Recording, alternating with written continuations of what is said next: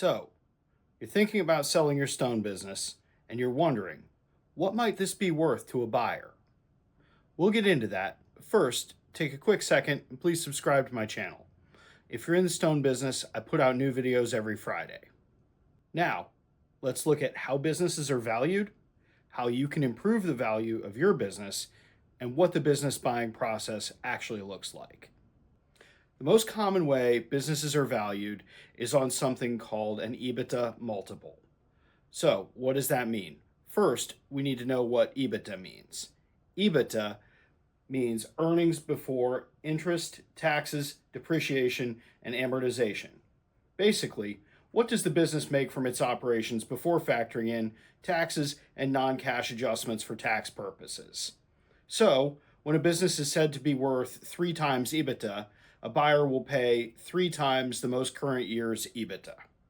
So now that we understand what EBITDA is, how do companies who are looking to buy another company arrive at a multiple? Well, think about it like this. If you're putting your house on the market and you're looking for a fair market price for your house, you probably look at what are comparable houses in the neighborhood selling for. If the house down the street sold for $500,000, you're probably going to list yours somewhere close to there, maybe a little higher if it's a little nicer, maybe not so high if it's not so nice. So this is the same thing applied, but in terms of a business. So we know with houses, if you look at a house that's a little bit nicer or not quite as nice as a comp, as or a comparable house, we can adjust up or down from there.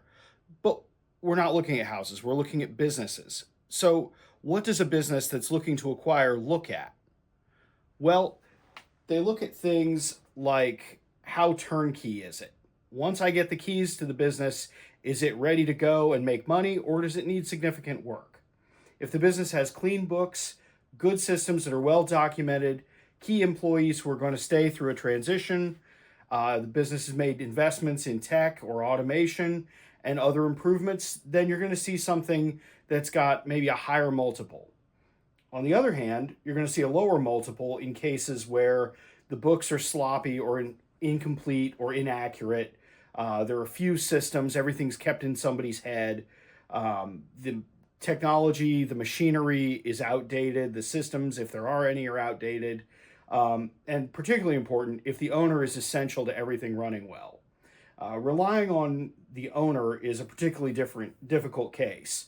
So if everything relies on the owner and the owner's no longer with the company after the sale, then really, what is the acquiring company actually buying? And that's a question they need to answer. So when a company is looking to make an acquisition and buy another company, they go through a process called due diligence. And think of it like an inspection for a home before purchasing a home, right? So the company will sign a non-disclosure agreement, meaning that they won't share any of the company that they're looking at acquiring. They won't share any of their sensitive information, but they will want access to it. They'll want to see the books. They'll want to see the equipment. They'll want to see the facilities. They'll want to see a customer list. They'll want to see a whole number of things. And what they'll probably do is give you a checklist. You go through the checklist. They've got a certain amount of time, and then they may ask for some follow-up documentation or explanations. And this due diligence process can go on for months. As a general rule of thumb, if you want to sell your business, plan on at least a year from when you put it on the market to when you get through the due diligence process with a buyer who wants to go through with the purchase, and you finally sign on the dotted line. Could easily be a year, could easily be longer. I think one of the most important things to consider in terms of selling a business is the different mindset between the company that's making the acquisition, the buyer, and the owner who's selling. So the owner looks back on a career spent in the business, building it up from nothing, taking salary cuts when times aren't good or when they're just trying to get things off the ground. And they think, well, I've put my blood, sweat, and tears into this business, and I think it's worth X. And I get it. I run a business as well, and I know there are long days, there are short nights, there's a lot that goes into it, there's a lot of work that goes into it. But let's flip this and take a look from the acquiring company's point of view.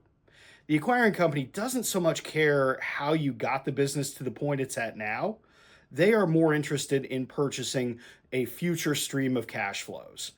And the bigger that stream of cash flows is, and the more certain it looks like it's going to be, the more they're willing to pay for it. But hate to be the bearer of bad news. They don't care that you were up grinding until midnight. They don't care that you worked Saturdays. They don't care that you took a lower salary as the business was getting up and running. They are interested in what is the cash flow coming in? How likely is it to remain coming in? So now that we understand how businesses are valued and how acquiring companies look at a business that they're looking at buying, let's get into what are some common EBITDA multiple ranges for the stone industry. And this chart shows some typical EBITDA ranges for stone companies, and I've got it sorted into a couple of buckets: countertop shops, dimensional stone mills, quarries, and landscaping yards slash distributors. You know, as I think about it, these are all sort of different types of businesses, and you can sort many businesses that you probably know into one of those buckets or another. So as the business size goes up, and this is across the board, the EBITDA multiple also goes up. And buyers look at these different buckets of stone businesses and apply different multiples onto those based on a variety of factors. Remember, the buyers here are purchasing a stream of future cash flows, and the bigger the cash flow and the less risky it looks, the more of a premium the buyer will pay for it. Now, let's take a look through a practical example of what a EBITDA-based valuation could look like for a hypothetical business. Let's say you own a dimensional stone mill with an EBITDA of $2 million. We can apply a multiple of 4.5x on the low end and 6 on the high end to give us a range of between $9 million and $12 million as a fair purchase price. We discussed how to influence the multiple here, so if the business has good systems, clean books, good equipment, and an owner who's largely out of the day-to-day, then you're going to be talking about something at the top end of that range, maybe in that $11 to $12 million range.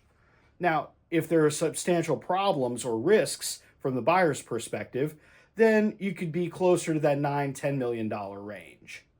And of course, there's always the chance that a buyer walks away during the due diligence process if they discover problems they don't think they can work through or they see too many risks or red flags.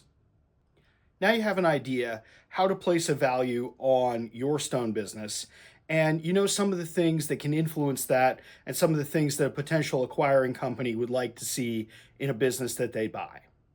So thank you so much for watching. I appreciate it. Take a second right now, if you would, to please subscribe. I try to put out new videos most Fridays. If you're in the stone business, subscribe. Make sure you stay up to date. Thanks for watching. I'll catch you next time.